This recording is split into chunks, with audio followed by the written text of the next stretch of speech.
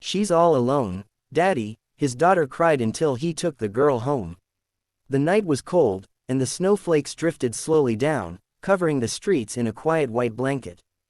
James had just picked up his 8-year-old daughter, Emily, from her friend's birthday party. They were driving home through a quiet Canadian neighborhood, the car filled with the sound of Emily humming softly. Suddenly, Emily gasped and pressed her little hands against the car window. James glanced over, worried, and followed her gaze. On the sidewalk, near the edge of the park, sat a young girl, maybe 10 years old, shivering with her arms wrapped tightly around herself. Her coat was too thin, her shoes worn out, and her cheeks were red from the cold. She looked so small against the vast snow-covered ground. Emily's voice trembled as she whispered, "Daddy, she's all alone." James slowed the car, unsure of what to do. A million questions raced through his mind. Where were her parents? Was it safe to stop? But before he could think further, Emily's eyes filled with tears. "Daddy, please, we can't leave her like that. She's all alone, Daddy." The way she said it broke something deep inside him. He saw not just a little girl in the snow, but a child who could have been his own. He pulled the car to the side and got out, the cold air biting at his face. Carefully, he approached the girl. She flinched at first, pulling back like she expected to be scolded. James knelt down, his voice soft. "Hey sweetheart, are you okay? Where are your parents?" Her lips trembled as she tried to answer. I don't know. Mommy said she'd be back, but she never came back." Her words came out broken, her eyes wide with fear and exhaustion. James felt a heavy ache in his chest. This wasn't just a child lost on the street for a few minutes, this was abandonment. He took off his own scarf and gently wrapped it around her neck. "You don't have to be scared anymore. We'll figure this out, okay?" He held out his hand.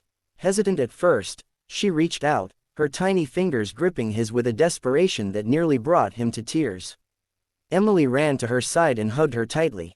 "Don't worry, you can come home with us tonight," she said with childlike certainty, as if her words could fix everything. The girl leaned into Emily's embrace, finally letting her tears fall. That night, James brought her into their home. He made her hot chocolate, Emily shared her favorite blanket, and the girl, whose name was Lily, slowly began to trust them. James called the authorities, explained the situation, and was told they would investigate. But as he watched Lily finally sleep peacefully on the couch, something inside him shifted. This wasn't just about a stranger anymore. This was about family, love, and stepping up when someone needed you most.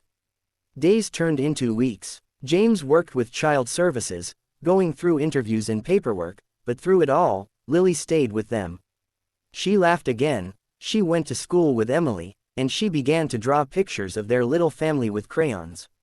One morning, Emily placed one of Lily's drawings in James's hands. It showed him holding both girls' hands under a big sun with the words, "My Daddy," written across the top.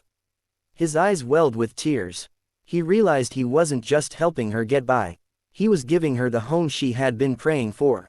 The journey wasn't easy. There were legal hurdles, moments of doubt, and long nights of worry about whether he was doing the right thing.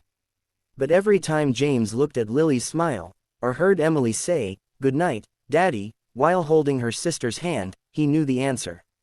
Months later, in a small family court, the judge looked at James and asked if he was prepared to officially adopt Lily. His voice shook as he said, "Yes, she's already my daughter in every way that matters." Emily squeezed Lily's hand and whispered, "See, I told you Daddy wouldn't let you be alone." Lily's tears fell, but this time they weren't from sadness, they were from finally belonging, finally feeling loved. James wrapped both girls in his arms, and for the first time, Lily whispered back, "Thank you, Daddy." The story of one cold night in Canada turned into something greater than James could have ever imagined. It was proof that compassion can change a life, that sometimes love is found not by blood but by choice, and that one small voice, his daughter's, had the power to bring a lost soul home. And every Christmas after, as snow fell outside, the family would sit by the fire together. Emily would often look at her sister and say with pride, "She's all alone, Daddy, remember?" But not anymore. "Would you like me to adjust this into a slightly shorter, tighter version to perfectly match a 4-minute narration pace, or keep it as is for a deeper emotional impact.